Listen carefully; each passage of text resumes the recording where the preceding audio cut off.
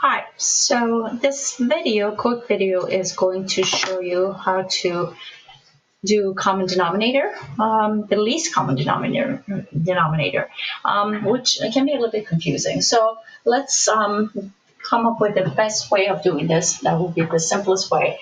So let's take the example, for example, of 1/3 and 1/5. These two are not the same, so we can't add them. We can only add denominators, fractions that have the same denominator. So somehow these two have to be the same. Now, the easy common denominator is to just multiply the two, and that gives you a denominator. But that is not necessarily the smallest or the least common denominator, which means at the end you're going to have to simplify your fractions. So if we want to have the same denominator from the beginning, we basically, one of the easiest way to do is to draw yourself a table and list the two denominators. And then start multiplying each number by 1, by 2, by 3, 4, so on and so forth, until you get a number that's the same for both. So 3 times 1 is 3, 5 times 1 is 5. 3 times 2 is 6. 5 times 2 is 10. So far, nothing is the same. Next one. 3 times 3 is 9. 5 times 3 is 15. We have to keep going. 3 times 4 is 12. 5 times 4 is 20. Next. 3 times 5. That's 15. We have it. We have a 15 here and a 15 there. That means 15 is our common denominator. So now that we have identified common denominator,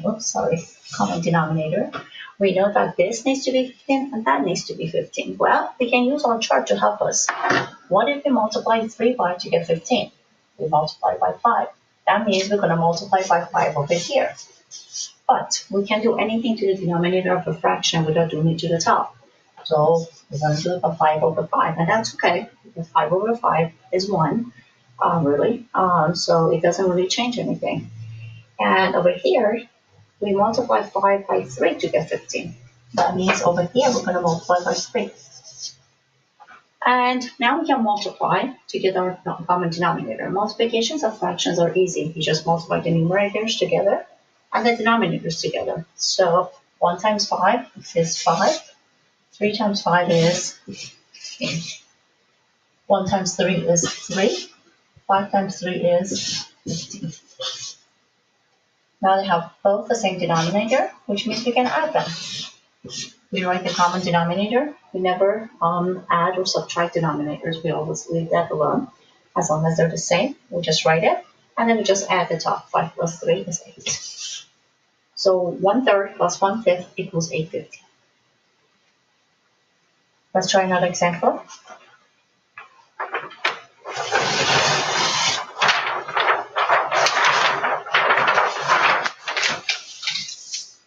Let's try 3/8 or 3/4 plus 1/8. Okay, so here's our chart. These are two numbers, two denominators, and we're going to start multiplying until we see the same number. So 4 times 1 is 4, 8 times 1 is 8, 4 times 2 is 8. We already got that. So 8 is the common denominator. Now over here, we have to go back and make sure that this is 8. That's our common denominator. So we multiply 4 by 2 to get 8. So we're going to multiply this by 2. But 8 is already there, so we don't need to change the second fraction actually. So we're done with the one. So 3 times 2 is 6. So that's 6 over 8. And we already had the 1/8. So we write the denominator and add the top. So 3/4 plus 1/8 equals 7/8. Neither one of these fractions that we did require simplification. I will make a separate video for that one. So take a look at this one.